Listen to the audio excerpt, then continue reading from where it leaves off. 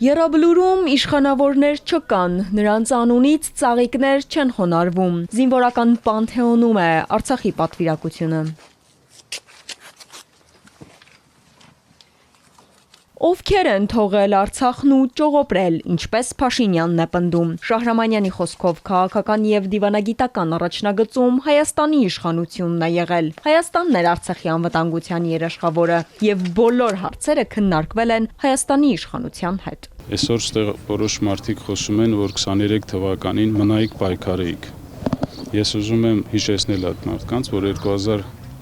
եթե մենք պիտի մնայինք միջև վերջ պայքարեինք, դա պետք է անեինք 2020 թվականին, որ ավելի լավ պայմաններում ենք եղել,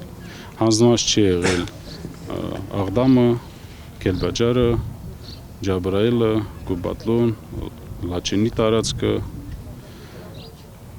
ադրբեջանցիները չէին գտնվում Շուշիում եւ արցախցիները չէին գտնվում լիակատար շրջափակման մեջ։ Փաշինյանը շարունակում է պնդել, որ 2023 թվականի իրադարձությունների ժամանակ Ղարաբաղի տիրապետության տակ եղած զենք զինամթերքի չնչին աննկատ մասն է օգտագործվել։ Մարդիկ եկել են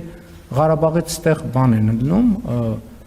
կներեք արտահայտության տղամարդա միշեն ելնում, բայց բան են եղել 44 օրյա պատերազմի ժամանակ նրանց պատմությունները, որ ուսումնասիրում են, մեկը խոճապ տարածող ա եղել, մեկը դասալիք ա եղել, մեկը որդուն դիրքերից փախցնող ա եղել։ Այդ հիմա հեշտ է օպերայում գալ կանգնել դոշ ծեծել։ Նրանց համար Արցախ բառը, Արցախցին երևի պետք է բոլոր տեղից անեն եւ դուք հիշում եք սկզբից ասում էին մեր քույրերն ու եղբայրները, հետո Արցախից բռնի տեղահանված, հետո Ղարաբաղից տեղահանված, հետո Ղարաբաղից, այսպես շարունակ երևի, ինչ? Հետո փախած։ Հետո էլ վերջում, այո, տեսնում եք փախած, ես հաջորդը